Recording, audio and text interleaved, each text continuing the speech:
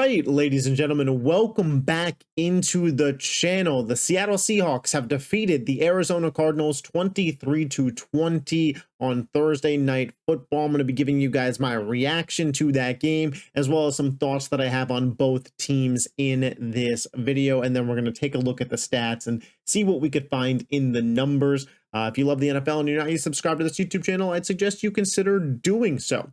Now, this game was, I thought, pretty solidly entertaining. There was a little bit of lulls in the middle there, and there was a point, especially in the third quarter, I was like, yeah, Seattle's probably just going to run away with this thing. And then Arizona has an exciting fourth quarter kind of comeback motivation to them, where Kyler and Marv finally started connecting. And, you know, there's something to talk about there. Was that just a second half spark, or did they find something? We'll get on that. But I want to talk about both of these teams here for a second. I think the Seattle Seahawks are just a little bit more buttoned up version of the Arizona Cardinals.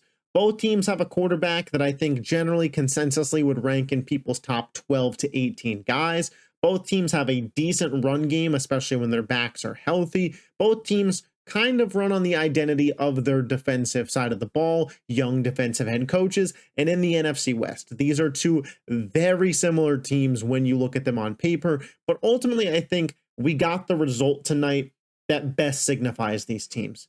I think Seattle is a little bit more buttoned up and has the edge in a couple of those areas. I would take Sam Darnold over Kyler Murray. I would take their run game, especially now with James Conner out, over Arizona's. Their defense, I think, is slightly better. I have a little bit more trust in Mike McDonald than I do Jonathan Gannon.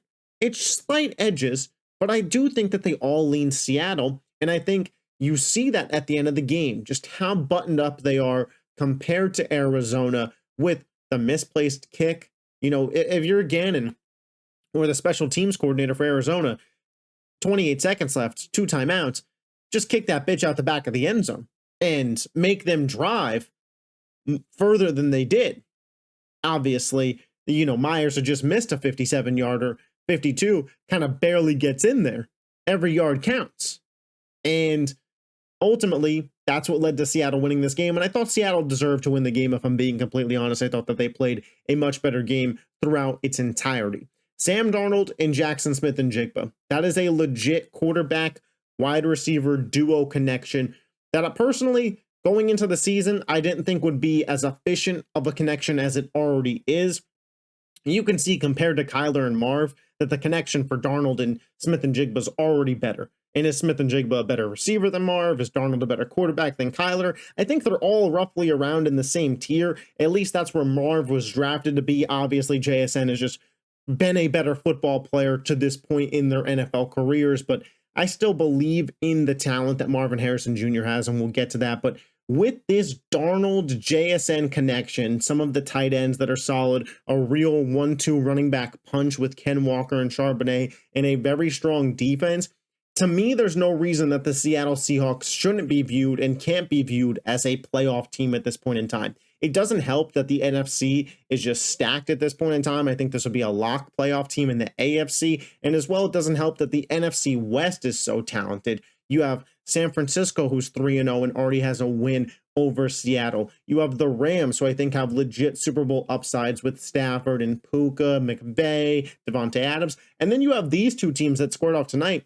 that, again, are pretty fairly evenly matched. I think we saw it throughout this game. It's Thursday Night Football. It could be a little sloppy, but Seattle, the more buttoned up team, the team that I trust more, won. And ultimately, you know, that is kind of where I expected things to be completely honest with you guys. I do think both defenses are for real. I think McDonald and Gannon have done a solid job at building out those defensive units. I think their defensive culture is strong. I think for Arizona's sake, considering their top 3 corners were out, the performance that they put out there was a strong one. Does this game go differently if those guys are healthy? And you have a potential defensive rookie of the year, Will Johnson, guarding Smith-Njigba on that last back shoulder pass from Sam Darnold, which, by the way, was beautiful. Darnold had a couple great throws that, what was it, 3rd down and 2, 4th down and 2? I think it was 3rd down. The over-the-top pass to the boundary, Smith-Njigba, and then, of course, at the end of the game, the back shoulder pass that Smith-Njigba adjust, and Darnold put it where only he could get it. I thought Darnold was nails in this game, to be completely honest. I think he had like one bad throw, but he was really in his bag in this game. He was really, really solid. And I thought Kyler cleaned up his performance towards the end of the game, but he had a pretty shaky first half. Again, it just goes to consistency and who do you trust over the long haul. The Arizona Cardinals were scrappy at the end, but Seattle deserved to win this football game. They're just the better overall unit. I want to talk about Kyler and Marv. This is one of those interesting situations where it's important to remind yourself sometimes that football games are 4 quarters and not to judge things entirely on the first half of games. By halftime, and I'll admit it, instant reaction, I was like, maybe the Cardinals should try and move Marvin Harrison Jr. because Marv was really disappointing. Obviously, last year as a rookie, like it wasn't the worst year possible, but when you saw guys like Neighbors and Brian Thomas, who were drafted after him, balling out, and McConkey doing really good things for the Chargers, and Marv was supposed to be this generational wide receiver prospect, and he just wasn't doing those things, you got to get sour grapes on it. And then into this year, the connection just didn't seem to be there. And again, I know we're in year 2, but you look at the other side of the ball here, and Darnold just got to Seattle, and him and JSN are already nails. They're already just performing at a high level. So you wanted to see more from Marv, and then the second half hits, and Marvin Harrison Jr. had some really good plays. That touchdown catch, the high pointing of the ball, the strong hands, the placement from Kyler, I thought that was beautiful. And you saw Marv take a moment after, almost like a real sigh of relief of, holy shit, I can still play football at a high level. I am him. And it really makes you think that what's going on is mental. I have my question marks around if this duo can sustain that level of play and can reach high levels of success. We've obviously seen Kyler with the DeAndre Hopkins when they had that 1 year together where D-Hop was healthy, get to a playoff spot. So it's been proven in the past. You get Marvin, or you get Kyler Murray, a true alpha. He can get there. Didn't have success when he got there, but he can get there. And can Marvin Harrison Jr. be that guy? You have McBride. You have guys like Michael Wilson and Dortch, who I think are really solid complementary pieces. That catch by Michael Wilson on 4th down was really solid, and Dortch in the screen game was pretty effective for Arizona in this one. It sucks that they lost James Conner. I think that the likely option is they get another back involved, but in a short week here, they just weren't able to adjust their run game enough. And we saw pretty much a heavy dosage of Benson, but DeMarcado was the receiving back. Obviously, he got the touchdown that tied up the game. Arizona's got some kinks to work out offensively. And I just, again, I've said it once, I'll say it 100 times. I think Seattle's just a little bit more buttoned up. Let's pull up the stats here. Sam Darnold in this game, 18 of 26 for 242 yards, 1 touchdown, a 111.4 passer rating.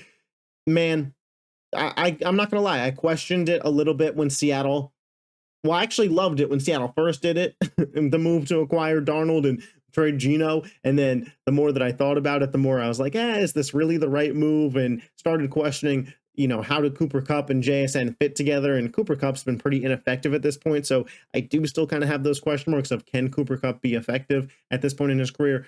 But that's aside the point. Sam Darnold has been really, really solid for this team, and investing in him over Geno Smith appears to be the right choice. I would take Darnold in a game for my life over Geno at this point for sure. Ken Walker is really, really solid. He's a very talented back, especially when he's out there healthy. Had that boneheaded taunting penalty in this game where he threw the ball. I just thought it was a little excessive and thought it was stupid and a drive killer for them. That's when you saw Charbonnet get a lot more touches.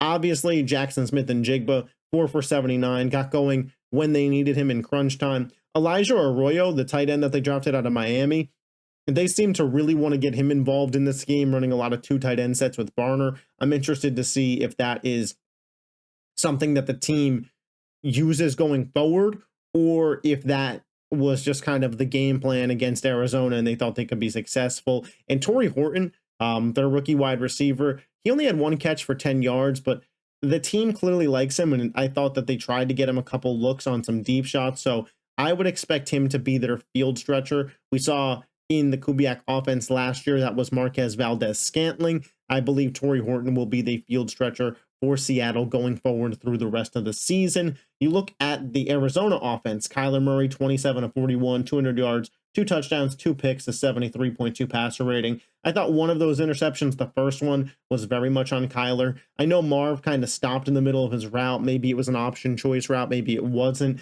but that ball wasn't catchable for Marvin Harrison, even if he was in the right spot. The second one obviously is on Marv, bobbled it, and Ernest Jones, I believe, was the player who picked it off, but pretty much thrown to him. Kyler, 5 for 41, showed off his wheels a couple of times. And the big thing is, can this Marvin Harrison and Trey McBride duo become highly effective for Arizona, especially with James Conner out now? They're going to have to rely more on their passing game, and this duo is going to have to be effective in weeks to come. You look at the defensive stats here. Devin Witherspoon, just one of the best corners in football, man. 9 tackles, a pass deflection, a quarterback hit, half of a sack. Really solid stuff from him. Leonard Williams had 1.5 sacks. That interception, I'm not seeing it in the stats. Oh, yeah, Ernest Jones, it was him. Okay, sorry, that was going to bother me. On the Arizona side of things, again, with their top 3 corners out, I thought that they played pretty solid defensively. We pull up the team stats here just to kind of get the tail of the tape. First downs, 20-18 in favor of Seattle. Total plays, 64-64. But Seattle, you could see here, 384 yards to 253 from the Cardinals. Again, I thought Seattle outplayed Arizona and deserved to win this game. It would have felt to me that Arizona stole one if they were able to get that win. I also thought, should Arizona go for 2? With the amount of time that was left on the clock, it didn't feel reasonable because obviously in regulation, Seattle could drive down and kick the field goal. But if they had scored a little later, I wonder what they would have done. The passing and rushing attack obviously both favor Seattle. Seattle was 2 for 3 in the red zone, as was Arizona. 6 for 74 penalties, 7 for 46. So more penalty yards in favor of Seattle, and they controlled the clock in this game and obviously forced the 1 turnover. In these close games, man, and a lot of NFL games come down to 1 score. The possession battle truthfully does matter. So in closing, when I leave this game, my final thoughts are this. Seattle looks like a legit playoff team. I do believe they're buttoned up, and that is going to lead to more consistent success for them throughout this season in a very tough NFC West. I think only one of these 2 teams could probably make the playoffs. After tonight, I am leaning Seattle in that particular spot. I trust Darnold more than Kyler. I trust their offense to be 2-dimensional with their run game now that James Conner is out. I like their defense better, and I like their head coach more. Again, some of these are slight advantages, especially when Arizona is healthy on defense. I think it is the slightest of advantage. But in an NFC West where the 49ers are already starting out 3-0 and have a cupcake schedule, and I think the Rams are the best team in that division, it's really only likely that one of these 2 teams could make the playoffs. My money for that would be on Seattle. Drop your thoughts on this game in the comment section down below. If you made it this far in the video, I'd really appreciate it if you hit the thumbs up button. It's good for the algorithm and shows me that you guys like these kind of videos. If you're not yet subscribed to this YouTube channel, but you do love the NFL, check out the channel. If you like what you see, hit that sub button. We're on the road to 500 subscribers. I will catch you guys next time. Peace.